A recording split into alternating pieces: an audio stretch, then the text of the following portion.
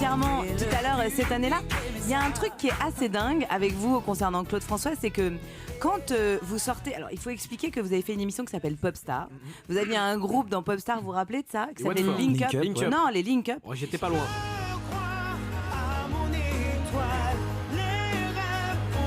Ça date parce que Popstar, c'est en quoi 2003. Ça fait 13 ans. Ouais. Et Ça, à la ouais. sortie de Popstar, c'est Pascal Nègre qui vous signe. Et qu'est-ce qu'il dit en signant? La première chose qu'il dit autour de lui, c'est je viens de signer le nouveau Claude François. Ce qui est génial. En Et 2003. ouais. Alors C'est que drôle. pourtant, mon style musical C'était pas à ça, l'époque était très éloigné, même mon style vestimentaire, etc. C'était Tout. plus la musique urbaine, tout ça.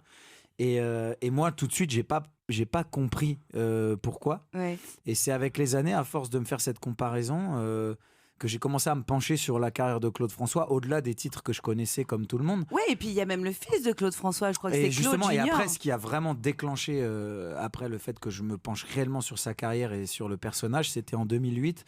J'étais en interview en Belgique, à la radio belge, et justement, la journaliste me dit, on vient d'interviewer, il y a 2-3 jours, Claude François Junior, et il a eu un mot pour vous, et ils me font écouter l'extrait, elle lui pose la question, est-ce qu'il y a, selon vous, un successeur à votre père, et si oui, qui est-ce? Et il a répondu du tac au tac, pour moi, celui Matt qui Pokora. fait du show, et qui propose des visuels, etc., c'est Matt Pokora. Ah, c'est génial. Mais vous le rencontrez que 5 ans après. Je le rencontre que 5 ans après. Il Ouais. est venu voir le concert pour mes 10 ans de carrière au Théâtre du Châtelet.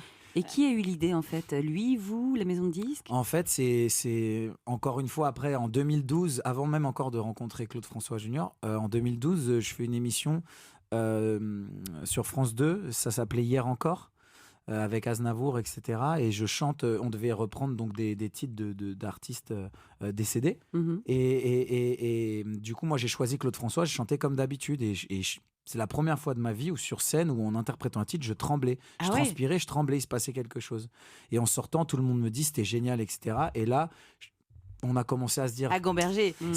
D'ailleurs, c'est Manuel de Burtel de Because, le producteur qui est d'ailleurs éditeur de beaucoup de titres de Claude François, qui en sortant attrapé Thierry m'a dit il faut qu'on fasse quelque chose avec ça. Et comme d'habitude, c'est ça.